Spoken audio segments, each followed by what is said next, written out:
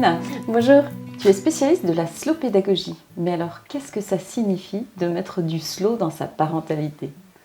Je dirais que mettre du slow dans sa parentalité, c'est chercher à se recentrer sur la relation et sur le partage.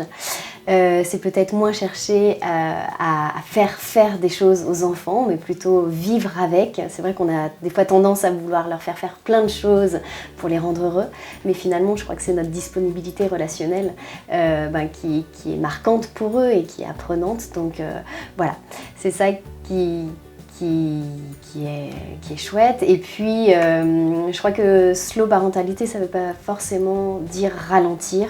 On peut avoir envie de vivre plein de choses et ça c'est pas un souci si c'est notre tempérament, mais l'idée c'est vraiment de vivre l'expérience entièrement pour qu'elle soit enrichissante et que l'enfant ait le temps de la saisir, quoi.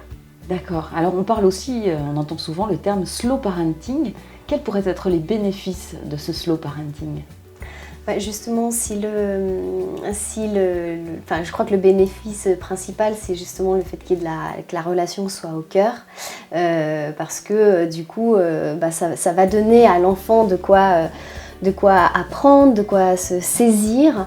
Et puis, comme l'expérience est plus globale, on va vraiment s'immerger et s'imprégner du moment qu'on a partagé. Donc voilà, ça ouvre encore plus de voies de compréhension et de toutes ces choses-là. Et puis aussi, la relation génère des émotions. Et puis on sait à quel point les souvenirs s'ancrent à travers les émotions. Donc voilà, c'est bien parce qu'on a ressenti de la joie, passé un moment, que voilà, ça va s'intérioriser positivement en nous et qu'on sera à même plus tard de pouvoir se référer à ces souvenirs-là.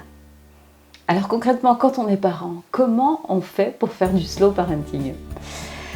Comment on fait ? Alors la bonne nouvelle, c'est que comme c'est plutôt une question de qualité plutôt que de quantité, l'idée c'est pas se mettre une pression à vouloir faire plus de choses à nos enfants, mais c'est vraiment aussi s'écouter en tant qu'adulte. Voilà, moi qu'est-ce que j'aime vivre, on peut se replonger éventuellement dans nos souvenirs d'enfance pour dire moi j'aimais faire ça quand j'étais enfant et j'aimerais le proposer à mes propres enfants ou aux enfants que j'accompagne.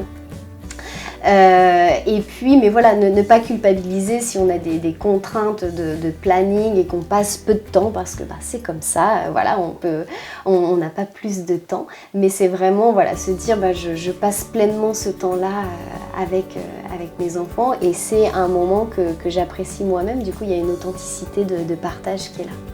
Merci beaucoup Méline pour ce moment inspirant autour de la slow pédagogie. Merci.